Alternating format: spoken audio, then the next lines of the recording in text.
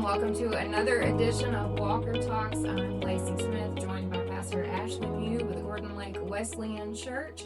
We have a very special guest, Kyle with KB Pressure Washing, and we're going to jump into all of that here in a minute. But just a recap, we missed you last week. We're glad you got to rejoin us this time. But you've had a busy season. It has been busy. Yeah, sorry I missed out. I hate not being here, and you're having to fly solo without me, so I feel like I owe you lunch or something for letting you down. I made it through all of the pollen like everybody else with allergy sufferers this time of year. It's been dry, and we got some rain, and I was telling my church the Lord washed the earth for us, so we needed it. I always call it the devil's pixie dust, so I'm glad some of it got to go. No pun intended to our guest today, but there was a good washing. There was a good washing. Took place, and so in the thick of all the problems. But yeah, it's been a busy season. We just came through the Easter holiday, and in the faith community, that's a big deal, and even in our community as a whole, and so. But it's good, and I feel rested and rejuvenated. And did you have a full crowd? Full crowds, for Palm Sunday and Easter and the whole week, and so. But love how the chamber partners with our faith community, and there was a kind of a video that went out last week from the chamber supporting our faith community and encouraging people to worship and be a part of the larger community, and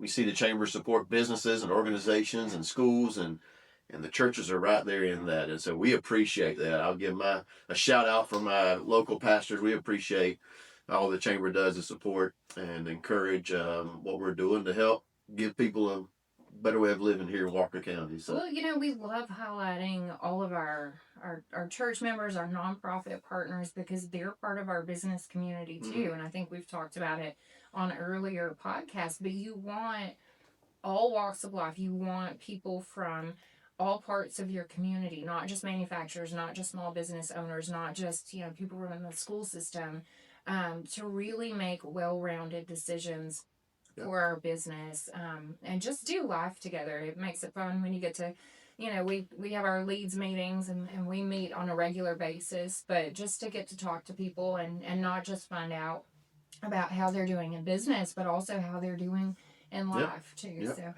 So what's neat is that the churches are a networking place, right? Oh, yeah. It's where places sure. we do a lot of maybe we help with the chamber business, right? Because we network, and I was talking to Kyle beforehand, and that if the church hires someone for pressure washing, usually that's a networking opportunity for that business, because people in the church are going to know, okay, who pressure washed the church and made it look so good. So, how many do you run on a Sunday? How many? On a Sunday, it depends. So, like Palm Sunday, we had 115. Easter, a little less, but so it's between 80 and 100 or so. We're not a big congregation, but it's bigger than it was when I got there. There were 12 people when I walked in the door years ago.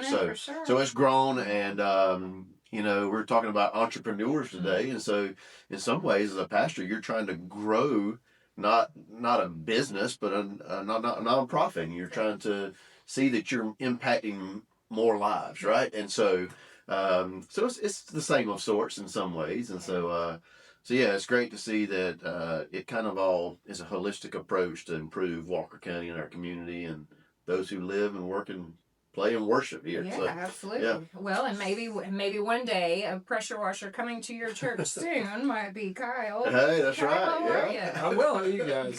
Good. So take us back to where KB Pressure Washing got started. Yeah, so I was a graduate of high school and looking for something to do in the summer.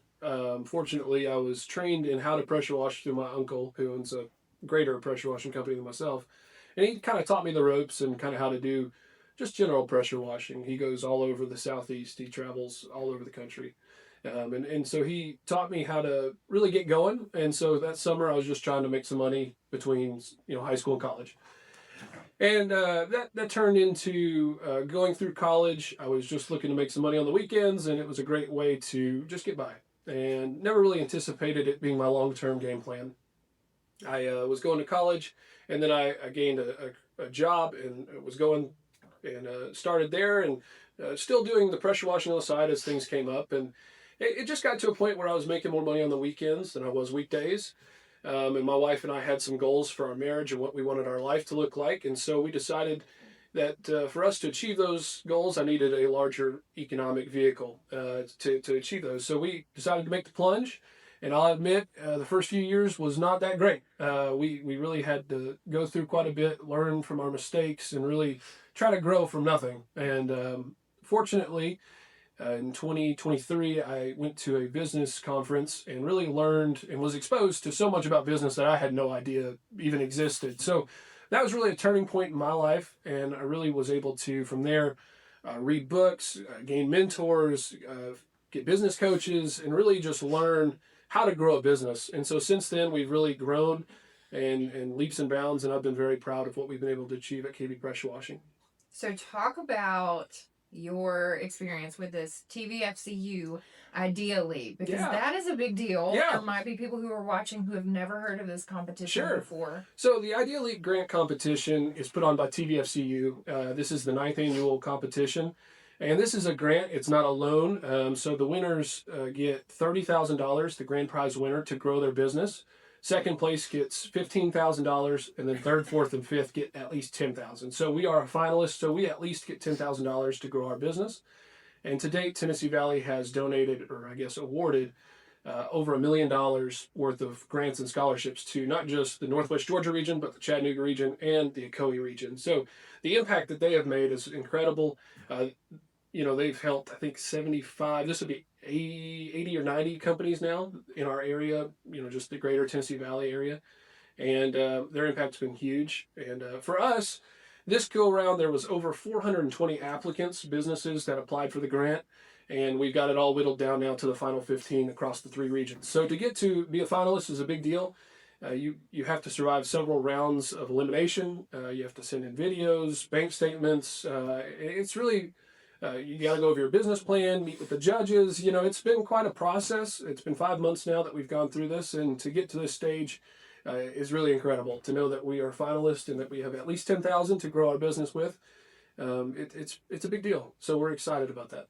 So people may hear pressure washing, and they're like, okay, how is that different from any other pressure washing company? Sure. But you're not just a residential pressure washer. You're handling some pretty big commercial jobs too. Yeah. So we have the privilege of taking care of companies like the aquarium. So we clean both the aquarium buildings from top down. We don't do the peaks. That would be crazy, in my opinion. But we do that. We do the IMAX downtown. We take care of the Medal of Honor Heritage Center. We take care of the Hunter Art Museum. And then we take care of now the zoo.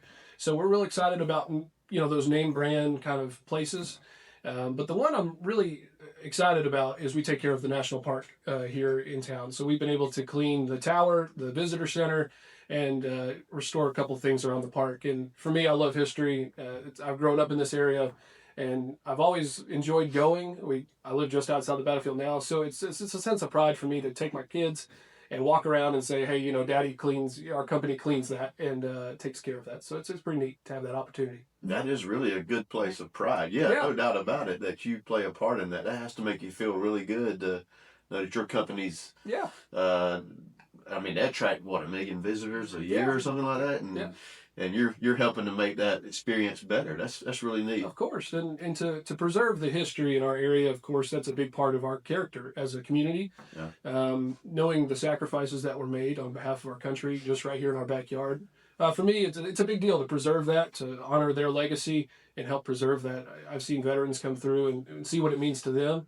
Even though they didn't fight in that direct battle, they understand what sacrifice means, and they understand what it requires on behalf of our country. And so for them to be able to witness that, to go through that, it's huge to be able to play a small role in it, in preserving that for future generations. It's big. You have a pretty cool video on your website too, showing you guys actually pressure washing the top of the tower. So you're lugging a pressure washer up. I've climbed those steps without anything. That was a miserable day. I'll be honest. I think I went up and down the tower like 20 something times that day, man. And it was. My legs, I couldn't walk for like 3 days. It was definitely leg day. For sure. Yeah. It was rough. And, but, fortunately, I didn't get stung by bees at the top. That's a big thing. It was a big hive up there. But yeah, it was fun. Wow. Yeah. That's very cool. 20 times. I can't. Yeah. So you talked about, there were 2 or 3 years, Yeah. where you were trying to find your way and figure it out, right? Yep. And then you went and were part of a business Yeah, so it's called, conference or something. yeah, the and- huge convention Yeah, up in yeah, so- Nashville. So yeah. Yeah, so something else came into your life. So being a part of the chamber and networking opportunities, and how has that played into your success over the last years of Yeah. launching the business? So, of course, being a member and being a member just not only of the chamber, but of the community at large, for us, it's been huge to get to know our community and really know that we care for our community and our community cares for us. That's been huge in our success. And as we've gotten around and made relationships and built relationships over the last few years, it's been huge to know that we can count on the chamber to surround us with resources. That's a big part of growing a business, is really finding the people that have been there, done that can connect you with the right people, and the chamber is huge for that. So maybe setting you up here for a deep question. Yeah, fire away. We were talking before the camera came on about a young entrepreneur in the room behind the camera. Yeah. So what would you say to a young person looking to start a small business in Walker County? What kind of advice would you give that person based on your experience? Sure. I would say recognize that you don't know anything. I think that's huge. Finding people that know what they're doing and seeking them out has been huge for me. You don't know what you don't know. And there's a lot to running a business. And there's a reason why almost every business that starts will fail. You have to recognize that you are fighting against all odds. And it's a never-ending battle. Every single day you're learning something new. You're facing a new challenge. You're facing something that's trying to end you as an entrepreneur or a business. And so connecting with someone who has grown their business, that has been successful, that you can model after, and that you can seek advice from, and I think that really gives you the edge to really help overcome what's against you.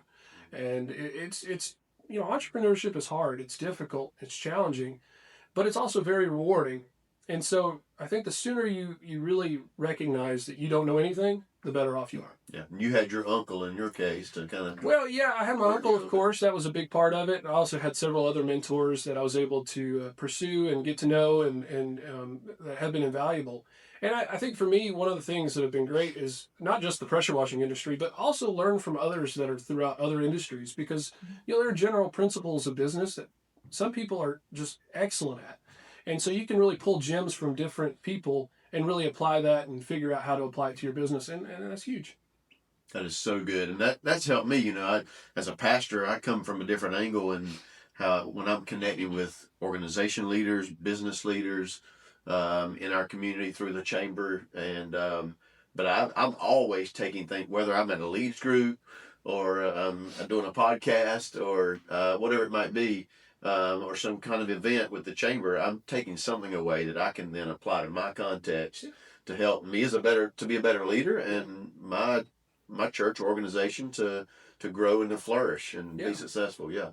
I think that's really the beautiful thing about entrepreneurship is, it's really a reflection of your life, of you. If you're at the helm, if you're the leader, your business is a direct reflection of you. So all your weaknesses, all your strengths, that's going to be the business's weaknesses and strengths. So really, the entrepreneurship climb is really a battle, not just in the business sense, but of an individual sense. I have to overcome my weaknesses. I have to push myself past comfort zone. I have to push myself, be more disciplined, and really do the things that I'm not naturally good at. And, that really forces you to grow. And that's, the business won't grow if you don't grow. And that's where I think a lot of entrepreneurs fail, is they're obviously special. To start a business, to do something, they're either really passionate or they're very, special in their ability to handle things. But if they don't push past that, they're going to fail. And so I think that's a big part of a lesson you have to learn early on as an entrepreneur, is to get past that comfort zone, to really push yourself. How do you balance running your business but also networking, getting out there and getting your name out? It's hard. I'll be honest. I've got a young family as well. So to balance all that, and I also mentor a few people, it's difficult. I think you have to be disciplined in how you spend your time. You can't make every event, unfortunately. There's just not enough meat to go around. But you do have to, again, entrepreneurship, you have to push yourself. I'm up early. I'm getting home late. I'm doing everything I can to really be successful. And we haven't made it yet. We still have a long way to go. But I know that those sacrifices, time sacrifices, are going to pay off in the long run. knowing that I go to these events, networking events, meeting people, making relationships, that's how the business is going to grow. And ultimately, in the long run, earn me more freedom to spend with my family, to give back to the community, to really make more connections. And so that's what I'm doing now, is investing that time so later on I can reap the reward. I like how you said earlier that you and your wife kind of sat down and you decided what kind of life you wanted to build. Yeah. And so you kind of built your business around that. And I think that's, so many entrepreneurs are called to whatever passion they have, but also because it gives them that flexibility to build what exactly it is they want their life to look like. Yeah, you have to be real intentional. I think a lot of entrepreneurs, they kind of get going in their passion and their excitement, and it eventually becomes the thing they hate. And unless you really are disciplined and you sit down and you're very intentional about how this is going to look, how you're going to grow, you'll end up, really hating it. And that's the sad thing. It's really, you see burnout across the board. I mean, entrepreneurship is no easy task. I think aside from marriage, it's one of the most difficult things a person can encounter or, decide to go on. And so you have to be real intentional about, what are your goals? Because a lot of times you just go into something and you have no idea what you're doing. And then you end up, you're like, what am I doing? And that's not where we wanted to be. Of course, I'm a big family person, so I wanted to spend time with my kids, be there for my kids, and of course, be there for my wife. That's a huge responsibility I feel like I have as a husband, and also be there for our church community. So, those things I felt were very valuable to me. And so crafting a business that I can do all those things and balance all those things was a big part of, the start of our journey. So excited to have you on, learn more about what is the next step exactly with TVFCU. I know we put out a post encouraging people to vote. That part's over now. Unfortunately, again, we've made the finals. So for us, the next step is we're going to film at Local 3 News, the live pitch competition, and it's going to be us and a room full of judges.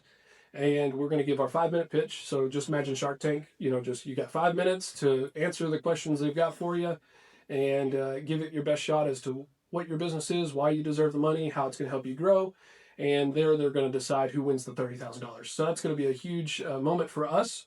And then the Ocoee region shoots at the same time. But the Chattanooga, man, this is going to be tough. The Chattanooga region, they've got a live in front of a crowd at the Signal. So they attract for Entrepreneurship Week or Small Business Week, I can't remember, but they have hundreds of people there, and it's a big deal. And I don't know if I could do that as much. That'd be tough to be in front of that many people and to try to give it your best shot. But yeah.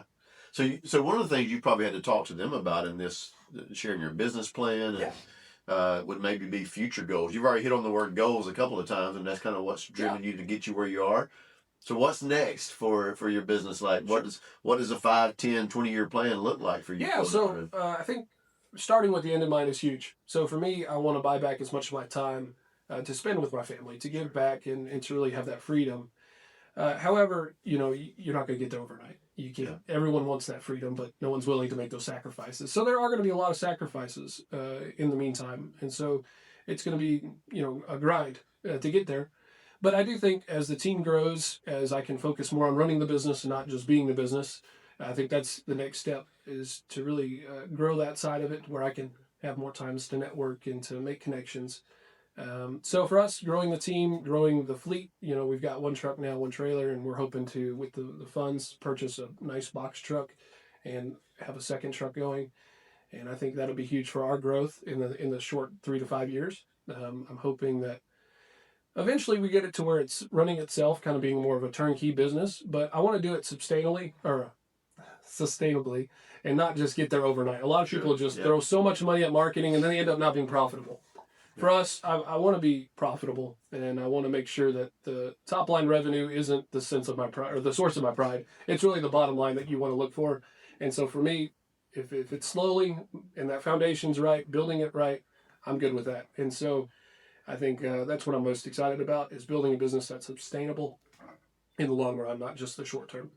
You see a lot of people just get into business and then they just try to grow it crazy and they end up broke.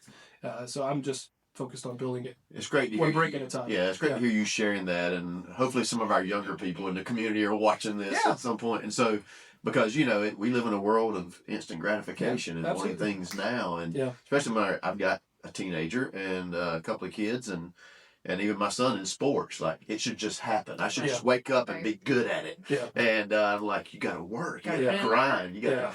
And so to hear you emphasize that is, hey, it's a slow roll here. It's Yeah. a process. Yeah, that mentality I feel like is going to be one of the most deadly an entrepreneur can have. Is it's so prevalent in today's culture to see overnight success, and that never happens. To see it on social media, I think it might happen to a few, but it's the exception. It's Sure. not the rule. So I do believe that you have to be willing to sacrifice for 10 or so years. I mean, there's so much you learn. One of my favorite quotes is, I'm working something like, I'm 10 years into my overnight success, Yeah. and it's so true because, you wake up one day and you realize you've made it. And obviously I haven't made it, but I know that that's what I'm working towards. And one day I'm going to look up and say, hey, we've accomplished the goals that we've set out for. And I know that our life is going to be successful. Mm-hmm. And that's what I'm working towards. And any entrepreneur out there trying to get going, I would say just be willing to make the sacrifices. Go door to door. Go work late. Push hard. Do whatever it takes to make it happen. No one's going to make it happen for you. You have to wake up and go and do it. And it's going to suck. I mean, it's going to be hard. But once you get through those initial, 2 or 3 years, you can come out the other side and people know your name. People are calling you back. You're starting to develop that reputation, and that takes time. You can't get that overnight. And once you get that going, then you can start to, push referrals. You can start to see the business kind of naturally start rolling. It takes a lot to get that ball going down the hill. Once you get it going, you can really start to enjoy the fruit of that labor, that initial investment of years of grinding. And that's where I'm at now, is I'm enjoying some of that ball, the momentum. That's a big thing in business is momentum. It's hard to get it going, but once it's going, it kind of starts to pick up steam as it goes. And that's where we're starting to see the fruit of those years I've poured into the business. I saw some glances behind the camera because we were talking before Oh, we started filming about going knocking on doors and putting in the hard work. So for sure. Oh, that's great advice. We should charge admission for that. Right. Yeah, I think that's good so. stuff. I'll tell you though, when I first got going, I was horrible at door knocking. I mean, I was really bad. I'll tell you a quick story. I went 2 weeks when I first got going. Horrible. And my uncle, he's like, what in the world is happening here? He's like, you should have something going by now. So he went out with me, and he just wanted to watch. So he saw me go up to the door. I knocked, and I gave my spiel, and I came back, and he's like, you are the worst door knocker I've ever heard. He said, your pitch was something like, please don't shoot me. If you open the door, I know you don't want pressure washing, but on the off chance you do, I'm not the guy for it. Find someone else. And he was like, you are the worst. And but again, it's where that was a weakness of mine, but I had to push, and I've gotten probably 100 times better at it. Now I can knock on any door and be fine with it. And I'm fine with people saying no. And I'm fine with, people saying yes.